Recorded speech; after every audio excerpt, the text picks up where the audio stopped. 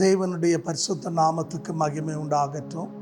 இந்த ஆசீர்வதிக்கப்பட்ட கிருபையான கால வேளையிலே உங்களை கர்த்தராகிய இயேசுவின் நாமத்திலே வாழ்த்து வரவேற்கிறேன். நல்லா இருக்கீங்களா? கர்த்தர் உங்களை ஆசீர்வதிப்பாராக. இன்றைக்கு என்னோடு கூட தேவனுடைய நாம மகிமைக்காக நீங்கள் ஆதியாகமத்தின் புத்தகம் 17ஆம் அதிகாரம் அதில் முதல் வசனத்தை நீங்கள் வாசித்து பாருங்க. தேவன் ஆபிரகாமுக்கு தரிசனமாகி ஆபிரகாமை பார்த்து சொல்றார், ஆபிரகாமே, நான் சர்வ வல்லமை உள்ள தேவனாக இருக்கிறேன், எனக்கு முன்பாக உத்தமனாய் நட என்று சொல்லி. பிரியமான சகோதரனே சகோதரியே, 99 வயதுள்ள என்னங்க மனுஷனை பார்த்து ஆண்டு என்ன சொல்றாருன்னா உத்தமனாய் நட என்று சொல்லுகிறார். இன்றைக்கு காரணம் என்ன அப்படின்னு கேட்டீங்கன்னா, தேவனுக்கு உத்தமமானவர்களை தேவன் தேடிட்டு இருக்கிறார்.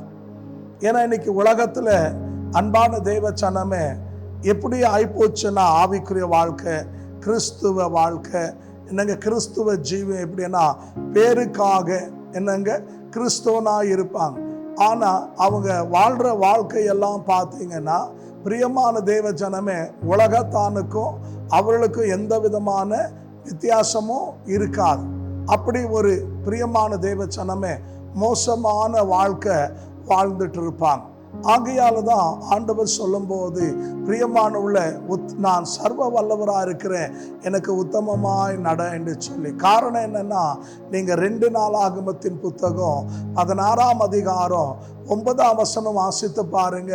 கர்த்தருடைய கண்கள் பூமி எங்கோ என்ன பண்ணிட்டு இருக்குதான், உலாவி கொண்டிருக்குதான். காரணம் என்னன்னா, உத்தம இருதயம் உள்ளவனை தேவன் தேடிட்டு இருக்கிறாராம்.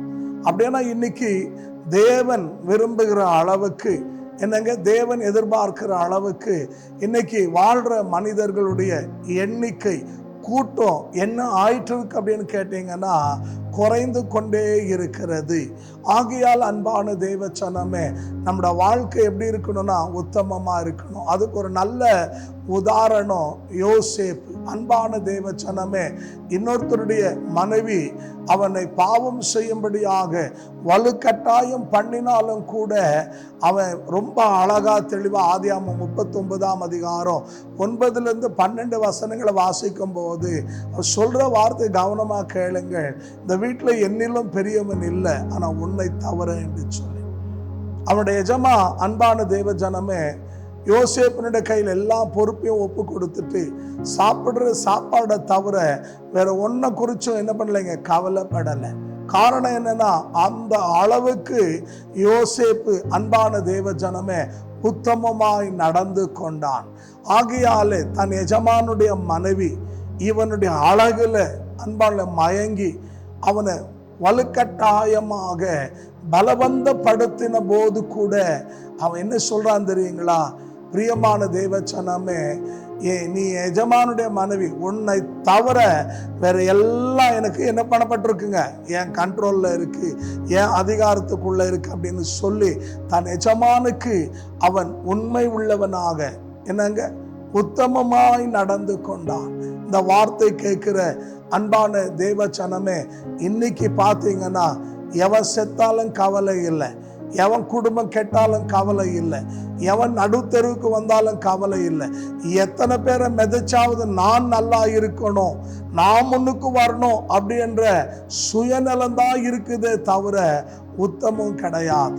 ஆகையாலே அன்பான தேவச்சனமே, இந்த வார்த்தை கவனிக்கிற என் அன்பு தேவச்சனமே, கர்த்தர் உங்களை ஆசீர்வதிக்கணும்னா, உங்களை கொண்டு பெரிய காரியங்களை தேவன் செய்யணும்னா நமக்கு என்ன தேவைன்னா உத்தம இருதயம் தேவை. நீங்க பல மிஷனரிகள் அன்பான தேவச்சனமே பல வெளிநாட்டுகள்லேருந்து வந்து நம்முடைய இந்தியாவில் ஊழியம் செய்தார்கள்.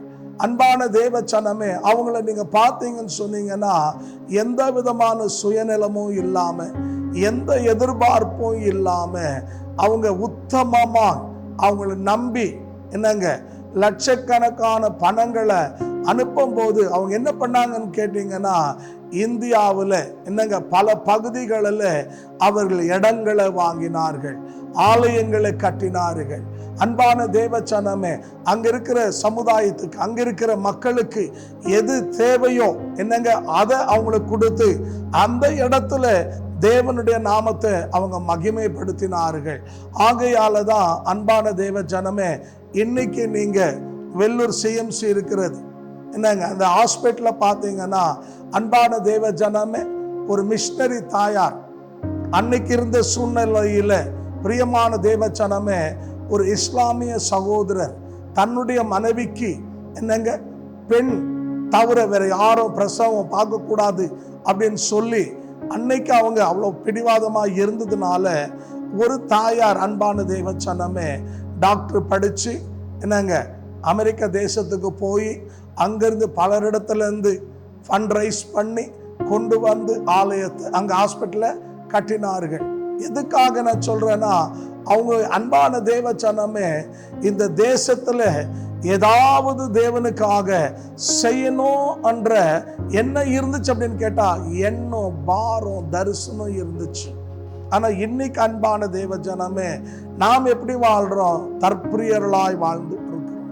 ஆகையால் தேவன் யாரை தேடுறாருன்னு கேட்டீங்கன்னா, உத்தமமாய் வாழ்கிற ஜனங்களை தேவன் தேடிக்கொண்டிருக்கிறார்.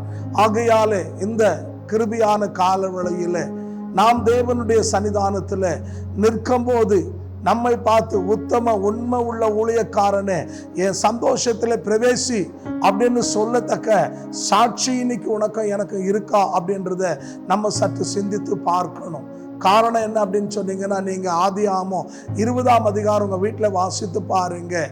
பிரியமான தேவஜனம் அபிமெலேக்குக்கு முன்னால வந்து சாராளுடைய அழக சௌந்தரியத்தை புகழுகிறார்கள். புகழ்ந்த உடனே அவர் என்ன பண்றாரு தெரியுங்களா? கொண்டு போய் வீட்டில் வச்சுக்கிறார். அவன் அவளை தொடலை, அவளோடு தவறா நடக்கலை. ஆனால் தேவன் ஆபிரகாமுக்காக ஆண்டு பேசுறாரு, பேசி சொல்றாரு, நீ அவனுடைய மனைவியை தொட்ட நீ செத்த அப்படின்னு சொல்றார். ஆதியாகமம் 20ஆம் அதிகாரம் 5-7 வசனம் வாசித்து பாருங்க. அவன் சொல்றான், அந்நியங்க, ரட்சிக்கப்படாதவன், சத்தியத்தை அறியாதவன், உலகத்தான் சொல்றான். ஐயா, அவங்க மனைவின்னு சொல்ல, சகோதரின்னு சொன்னாங்க அப்படின்னு சொல்லிட்டு, நீ உத்தமமா தான் இது செஞ்ச, எனக்கு தெரியும்னு தேவன் சாட்சி கொடுக்கிறார். எவ்வளோ நல்ல அன்பான தேவ ஜனமே, வார்த்தை கவனித்து பாருங்கள். இன்றைக்கு உன்னை குறித்து, என்னை குறித்து, நம்மை குறித்து அப்படி ஒரு சாட்சி உண்டாக வேண்டும். அதான் ரொம்ப முக்கியம்.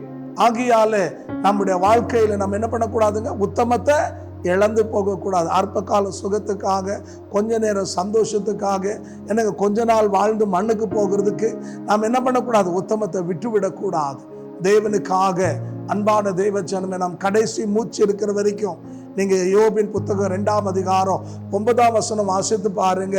10 பிள்ளைகளை இழந்து போயிட்டாலும், சொத்து சுகத்தை இழந்து போயிட்டாலும், உடல்ல இருக்கிற சுகத்தை எல்லாம் இழந்து போனாலும், அவருடைய மனைவி யோபை பார்த்து என்ன சொல்ற, இன்னும் உத்தமத்தை விடலையா, தேவனை தூசித்து சாவு அப்படின்னு சொல்றான்.